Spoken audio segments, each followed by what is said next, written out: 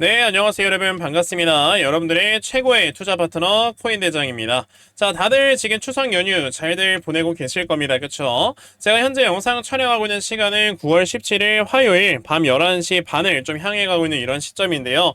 자, 아무래도 좀 추석 연휴 동안에 저도 영상을 웬만하면 좀 촬영을 안 하고 좀 쉴까 했었지만 우리가 또 이렇게 돈을 벌기 위해서 투자를 하는 건데 좀 여러분들과 비트코인에 관련해서 좀 이런 이야기를 한 번이라도 조금 더 진행을 해봐야 되지 않을까라는 생각에 또 영상을 촬영을 하게 되었고요. 자, 여러분들께서 이 영상 시작하기에 앞서서 좋아요 버튼 한 번씩 꼭 눌러주시면 영상을 촬영하는 저에게 정말 큰 힘이 될 거니까요. 자, 좋아요 버튼 한 번씩 꼭 부탁드리겠고, 자, 제가 오늘 영상에서 말씀드릴 내용이 여러분들 굉장히 중요한 내용을 좀 말씀을 드려보도록 할 거니까요. 자, 여러분들 영상 오늘 꼭 끝까지 시청하시길 바라겠습니다.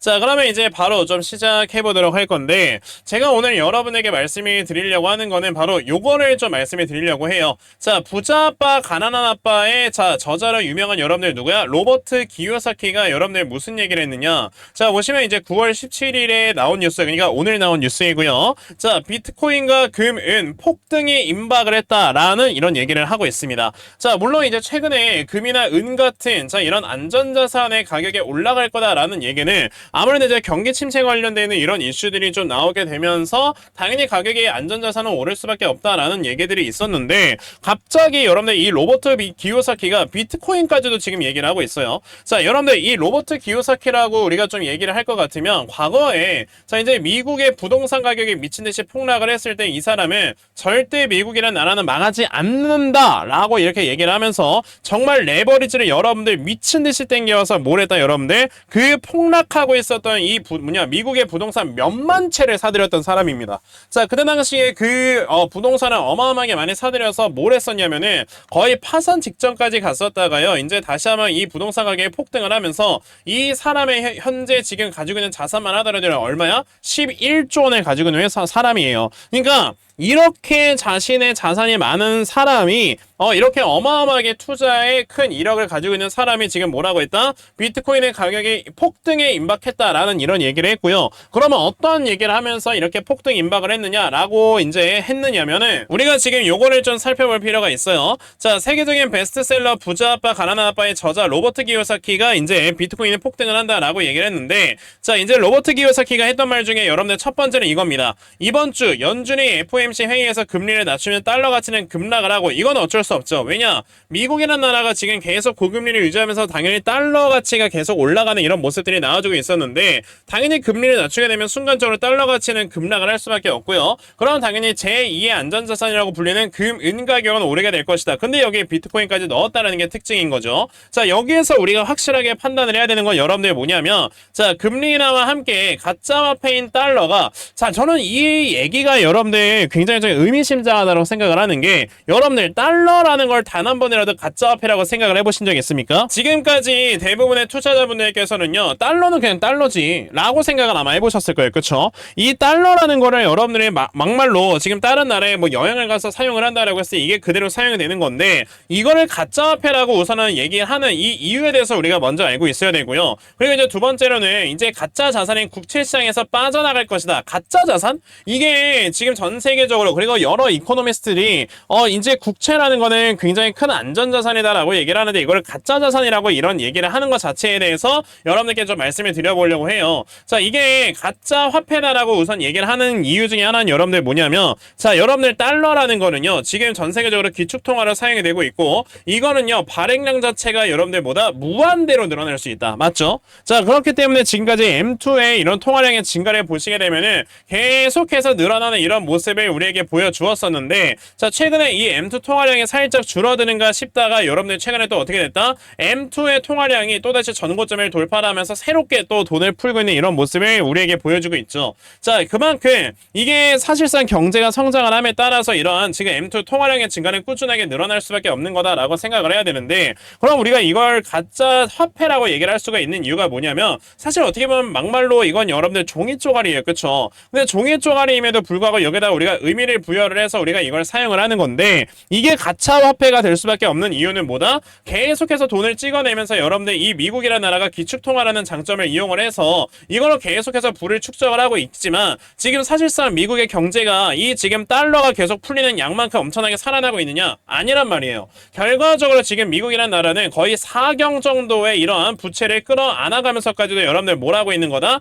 계속해서 여러분들 지금 달러를 풀어가지고 이렇게 경기가 침체가 오지 않도록 밑에 하방을 지지를 해주는 거라는 겁니다. 그럼 과연 이 달러라는 게 이 경제가 정말 성장을 함에 따라서 화폐로서의 가치를 지금까지 입증을 했느냐라고 한다면, 이 코로나 이전까지는 그랬지만 코로나 이후는 여러분들보다 그렇지 않고 있는 거다라고 생각을 하셔야 됩니다. 자, 그러면 이제 미국이라는 나라가 또다시 국정을 운영을 하는 데 있어서 여러분들 또 한 가지 우리가 알아야 되는 게 뭐냐면은, 자, 미국이라는 나라는 아무래도 이제 이 국채를 다른 나라에게 여러분들 뭐를 한다? 이렇게 판매를 하면서 여기에서 들어오는 돈을 가지고 사실상 이제 살림살이를 하는 나라다라고 생각을 하셔야 되거든요. 그러면 사실 이 국채라는 것 또한 미국이란 나라에서는요, 이 국채를 많이 팔아야지만 이제 돈이 들어와서 미국이란 나라가 살림살이를 하기 때문에 국채가 잘 안 팔리게 된다라고 했을 때는 이 안전자산이라고 어떻게 보면 속이는 달러의 가치를 이용을 해서요, 국채를 여러분들 어떻게 해야 된다? 금리를 이렇게 움직이면서 국채를 싸게 매도를 해요. 그럼 당연히 이제 안전자산이라고 생각을 하는 이 국채가 당연히 가격이 저렴해지면 다른 나라에서 이걸 구매를 할 거고, 그러면서 자연스럽게 돈이 흘러 들어가게 되면서 미국은 또 운영을 할 수가 있겠죠. 근데 미국이란 나라에서 여러분들 마음대로 이렇게 어떻게 보면 좀 시세를 조작을 한다고 해야 되나? 시세를 움직일 수 있을 만한 이런 자산을 우리가 과연 안전자산이라고 부를 수 있는 것인가 라고 한다면, 이것도 당연히 저는 아니다라고 생각을 하거든요. 그러니까 당연히 지금 로버트 기요사키처럼 굉장히 많은 돈을 가지고 있는 이러한 어마어마한 큰 이런 좀 자산가들이 자신들의 오피니언을 얘기를 할 때 가짜 자산인 국채, 가짜 화폐인 달러라고 얘기를 한다라는 거는 점점 여러분들 이 지금 돈의 움직임이 실물 쪽으로 향하고 있다라는 거를 이제 이 사람은 벌써 간파를 한 거다라고 생각을 하시면 돼요. 그러면 우리가 실물이라고 볼 수 있는 거는 사실 이제 우리가 흔히 말하는 주식도 될 수 있는 거고, 뭐 금, 은 같은 이런 원자재들이 될 수 있는 건데, 여기에 이제 비트코인이 더 들어가는 거죠. 근데 아무래도 이제 여러분들 주식 같은 경우는요, 그렇습니다. 뭐 이제 경제가 이제 꾸준하게 성장을 하는 이런 것들이 어느 정도 근거가 뒷받침이 되어야지만 실물 자산으로서의 계속된 이제 우상에 나올 수 있는 건데, 아무래도 이거는 좀 어느 정도 근거 자료가 필요하기 때문에 우리가 안전하게 좀 볼 수는 없는 거고요. 그러니까 당연히 이제 금이나 은, 비트코인 같은 경우는 이제 뭐 경기가 성장을 하든 안 하든 어쨌든 이렇게 확실하게 우리 눈에 보이는 하나의 실물의 자산이다 보니까 이쪽으로 돈이 쏠릴 수가 있는 거다라고 생각을 해볼 수 있는 거예요. 게다가 여러분들 아시다시피 비트코인 같은 경우는요, 발행량 자체가 이제 2100만 개로 한정이 되어 있는 이러한 발행량을 가지고 있기 때문에 이 정말 매수세가 여러분들 꾸준하게 이어지게 되면서 대부분의 물량이 이제 다 매수가 완료가 되게 되면은 하방으로서의 지지는요, 여러분들 엄청 탄탄할 수밖에 없어요. 그러면 나중에는 정말 2100만 개라는 이런 모든 발행량에 발행이 된다라고 했을 때는 저는 이 비트코인이라는 하나의 새로운 이런 실물 자산이 우리가 진짜 흔히 사용하는 화폐로서의 이런 가치를 또 보여줄 수 있을 것이다 라고 저는 생각을 합니다. 그러니까 지금 로버트 기요사키 또한 이 비트코인이라는 하나의 어떻게 보면 가상자산인 건데, 이거를 확실하게 이제 실물 자산으로 인정을 함으로써 안전한 자산이다라는 걸 우리에게 시사를 하는 거다라고 생각을 하시면 됩니다. 그러면 사실 로버트 기요사키 같은 이러한 굉장히 많은 돈을 가지고 있는 이러한 지금 자산가들이 자 이런 식으로 지금 생각을 하고 있다라는 건 여러분들 당연히 이 사람만 과연 이렇게 비트코인을 실물자산 안전자산이라고 생각을 하는 걸까요? 아니란 말이에요. 그렇기 때문에 여러분들 아시다시피 블랙록의 CEO도 예전에는 비트코인을 맨날 욕을 했다가 최근에 블랙록의 CEO도 굉장히 많은 이런 물량들을 지금 매집을 하고 있고요. 실제로 과거에 여러분들 미국에서는요, 비트코인이 이제 달러의 이런 자리를 위협을 할까봐 비트코인은 쓰레기다, 사지 마라 맨날 그랬었다가 뭘 했습니까? 이제는 다시 한번 이제 범죄자들로부터 이런 비트코인을 압수를 한다라고 했을 때 그거를 그대로 홀딩을 하고 있고, 실제로 이게 미국 연준회 같은 경우는 자회사를 통해서 벌써 비트코인을 30조 원에 달하는 이런 물량을 매집을 해놓은 상태다라는 걸 우리가 봤을 때, 여러 자산가들 그리고 굉장히 영향력이 큰 사람들 같은 경우는, 혹은 그런 국가들 같은 경우는 이미 비트코인을 다 모아가고 있습니다. 왜? 나중에 이거를 화폐로서의 가치를 확실하게 인정을 해볼 수가 있는 이런 상황이 만들어지게 될 거니까. 그러면 여러분들께서는 지금 여러 각국에 영향력이 있는 이런 사람들이 화폐로서의 가치를 인정을 하고 비트코인을 모아가고 있는 상황에서는 당연히 우리도 비트코인에 대한 투자를 진행을 해야 되는 거고, 그래서 제가 여러분에게 이렇게 영상을 항상 찍는 돈이 되는 코인에서 몰아간다, 결과적으로는 비트코인 결국 10억까지 갈 거다라고 제가 분명히 말씀을 드릴 수가 있었던 거죠. 자, 그러니까 이 비트코인 같은 경우는요, 우리가 단기간에 이런 움직임에 대해서 여러분들 계속해서 이렇게 뭐 좀 집착을 하거나 이럴 필요는 없는 거고, 어차피 단기간의 움직임에서는 사실상 롱숏을 하거나 알트코인을 매매하시는 분들이 어느 정도 이제 신경을 써야 되겠지만, 정말 중장기적으로 장기 투자하시는 분들께서는요, 그냥 돈이 생길 때마다 모아가라. 그럼 결과적으로 나중에 5억 가고 10억 갔을 때 여러분들은 어마어마한 이런 부의 세계로 끌어다 줄 만한 자산이다라고 저는 말씀을 드릴 수가 있는 겁니다. 게다가요, 제가 오늘 영상에서 이거는 꼭 좀 말씀을 드리고 싶었던 게 여러분들 뭐냐면 바로 요겁니다. 자, 보시게 되면 이제 비트코인을 과거에 이제 법정화폐로 지정을 하게 되면서, 자, 지금 이 엘살바도르라는 나라의 국부는요, 어마어마하게 많이 증가를 했습니다. 근데요, 이 엘살바도르처럼 비트코인을 법정화폐로 지정하지 않는 대부분의 나라들 같은 경우는 국부 자체가 굉장히 많이 줄었고요. 지금 경기가 여러분들 역성장을 하고 있어요. 그 나라 중에서 여러분들 우리나라 대한민국도 여러분들 포함이 되고 있습니다. 우리나라 이번에 GDP 마이너스 성장 나왔잖아요. 그러면 저는 이렇게 생각을 해요. 결과적으로 아까 말씀드렸던 것처럼 이제 이 부익부 빈익빈이 점점점 이렇게 심해지고 있는 이런 상황 속에서요, 당연히 이제 이 경제의 성장에 대한 모멘텀 자체가 적은 나라들 같은 경우는 화폐 가치가 계속 떨어질 수밖에 없어요. 그러다 보니까 이제 정말 못 사는 나라들을 가보면 여러분들 뭐 예를 들어 어제는 100원을 가지고 빵을 하나 살 수 있었는데 오늘은 갑자기 뭐 500원을 하나 내라고 한다, 이런 얘기도 여러분들 많이 들어보셨을 거예요. 그만큼 그 나라의 화폐 가치가 너무나도 많이 떨어지다 보니까 이대로 가만히 있다 보면 여러분들 어떻게 될 수밖에 없는 거다. 그 나라는요, 진짜 나중에 망할 수밖에 없습니다. 자, 그러면 엘살바도르라는 나라는 당연히 그런 것들을 어느 정도 미리 알았었기 때문에 이때 당시에 대통령이 자, 야, 우리는 법정화폐를 비트코인으로 지정을 할 거야 라고 얘기를 했었고, 그러다 보니까 여러분들 당연히 다른 나라, 그러니까 선진국가의 이런 여러분들 갭 차이가 거의 없는 상황. 왜?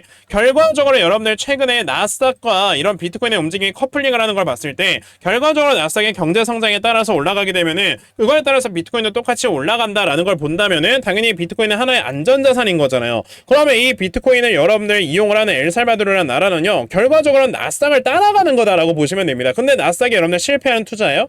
무조건 성공을 할 수밖에 없는 투자다라고 사람들이 얘기를 하잖아요. 물론 이거는 뭐 30년, 40년 장기 투자를 했을 때죠. 그럼 이제 나라를 운영을 하는 사람의 입장에서는요, 뭐 우리가 단기간에 1년, 2년만 바라보고 투자를 하는 게 아니기 때문에 이런 걸 모두 다 바라보고 법정화폐로 채택을 한 거다라고 생각을 하시면 되겠고, 그러다 보니까 여러분들 최근에 아르헨티나도 지금 비트코인을 법정화폐로 추진을 하겠다라고 하는 사람이 대통령으로 당선이 되는 이런 모습이 작년에 있었고요. 그리고 얼마 전에 또 브라질에서도 여러분들 얘기가 나왔죠. 자, 브라질 같은 경우는 이건 21년도에 나왔던 얘기인데, 자, 비트코인을 이제 법정화폐로 추진을 하겠다라는 얘기들이 계속 나와요. 이게 지금에야 여러분들 엘살바도르, 뭐 아르헨티나, 브라질 같이 이렇게 조그만하게 이렇게 나라들이 진행을 하는 거지, 여러분들 이런 것들이 점점 이제 확산이 되면서 10개 국가, 20개 국가, 30개 국가가 돼버리게 되면은 비트코인은요, 여러분들 아까 말씀드린 것처럼 발행량 자체가 2100만 개로 한정이 되어 있어요. 근데 이거를 각 나라에서 사들이고, 그리고 최근에 여러분들 당연히 여러 기업들에서도 이거를 굉장히 많이 사들이고 있지 않습니까? 그쵸? 그러면서 심지어 미국이라는 나라에서도 이걸 지금 사들이고 있고, 자, 지금 굉장히 많은 나라들, 심지어 북한에서도 여러분들 이거를 최대한 지금 많이 물량을 모으기 위해서 해커들을 훈련을 시키고 있단 말이지. 그러면 결과적으로 나중에 비트코인 같은 경우는 물량이 딱 잠겨버리게 되면서 정말 이 높은 가격까지 쭉 올라가게 되면서 그 높은 가격을 유지를 하게 될 건데, 그랬을 때 비트코인을 모으지 않았던 국가와 모았던 국가의 차이는요, 하늘과 땅 차이가 날 수밖에 없는 겁니다. 그래서 저는 사실 개인적인 바람으로는 우리나라 대한민국도 지금부터 비트코인을 모아야 된다라고 생각을 해요. 그러니까 제가 여러분들께 말씀을 드리고 싶은 거는, 비트코인 같은 경우는 미래는 정해져 있다. 하지만 그 정해져 있는 미래까지 여러분들께서 어떤 식으로 끌고 가는 게 중요한 것인가에 대해서 여러분들께 말씀을 드려보려고 하는 거고, 그럼 저는 사실 비트코인 같은 경우는 아까 말씀드렸던 게, 실질적으로 비트코인은요, 어차피 10억까지 갈 거다. 그러면 10억까지 가니까 여러분들께서 비트코인은 무조건 모아 가셔야 되는 거고, 그럼 당연히 비트코인이 여러분들 많이 상승을 하게 되면 우리가 알고 있는 이런 알트코인들 또한 불장이 찾아올 수밖에 없겠죠. 하지만 이제 비트코인 같은 경우는요, 이제 상승이 나오는 데 있어서 이 시간 자체가 굉장히 오래 걸린다라고 했을 때,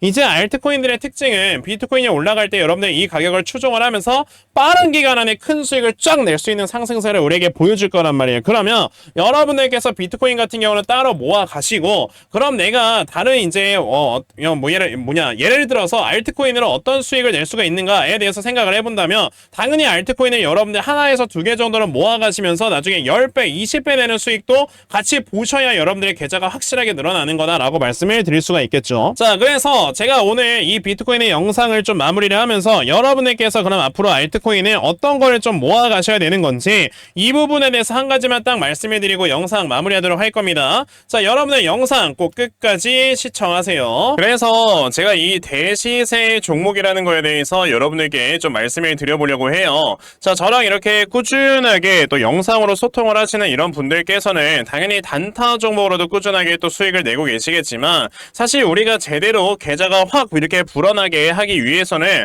이런 대시세 종목을 여러분들이 매수하셔서 한 번에 100%, 200% 이상의 수익을 보셔야지만 계좌가 순식간에 점프업이 되는 거다라고 여러분들이 생각을 하셔야 되거든요. 자, 근데 이 대시세 종목이라는 건 여러분들 정말 큰 특징이 있는 게, 자, 바로 이렇게 바닥권에서 어느 정도 박스권을 그리고 있을 때 거래량이 터져 나오고요. 자, 이때 이렇게 세력들의 매집이 진행이 되는데, 자, 보시게 되면 여기서 매집이 되는 요 물량 자체가 요 앞에서 터져 나왔었던 이 매물대의 물량보다 훨씬 더 많이 터져 나와야 된다라는 하나의 조건이 있습니다. 자, 그래서 제가 찾아온 종목이 바로 요 종목인 건데, 자, 제가 요 종목을 여러분들께 왜 지금 말씀을 드리려고 하냐면, 지금 보시다시피 바닥에서 굉장히 많은 물량을 매집을 했고요. 얼마 전에 한번 이렇게 크게 급등을 줬다가 눌림목을 주고 있는 상황인데, 지금 보시면 최근에 어떻게 됐습니까, 여러분들? 자, 확실하게 눌림목을 잡고 쌍바닥까지 만들어주는 이런 모습이 나왔단 말이에요. 자, 여러분들 고기도 먹어본 놈이 잘 먹는다고 저는 예전에 이미 우리 구독자분들, 시청자분들께 이렇게 종목을 말씀을 드리면서,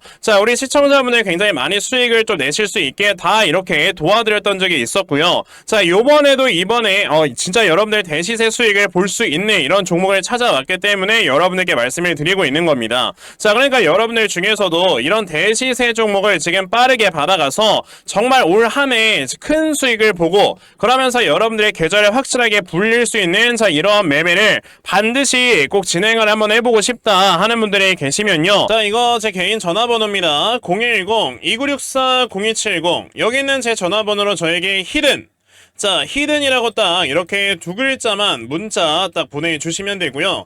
이렇게 히든이라고 문자 보내주시는 분들께 제가 이렇게 찾아놓은 정말 큰 수익 볼 수 있는 히든 종목 다 여러분에게 문자로 보내드리려고 하니까, 자, 역시 여러분의 코인은 한번 올라갈 때 굉장히 크게 상승을 하는 이거 하나 바라보고 우리가 매매를 하는 거기 때문에, 자, 요 종목 정말 잘 좀 받아가셔서요, 지금까지 여러분들이 코인 투자를 손실 났던 거 모두 다 회복을 할 수 있는, 자, 이러한 매매를 반드시 꼭 이뤄내셨으면 좋겠습니다. 아시겠죠? 자, 그러면 히든 종목에 대해서는요, 요 정도까지 좀 말씀을 드려보도록 하겠고요.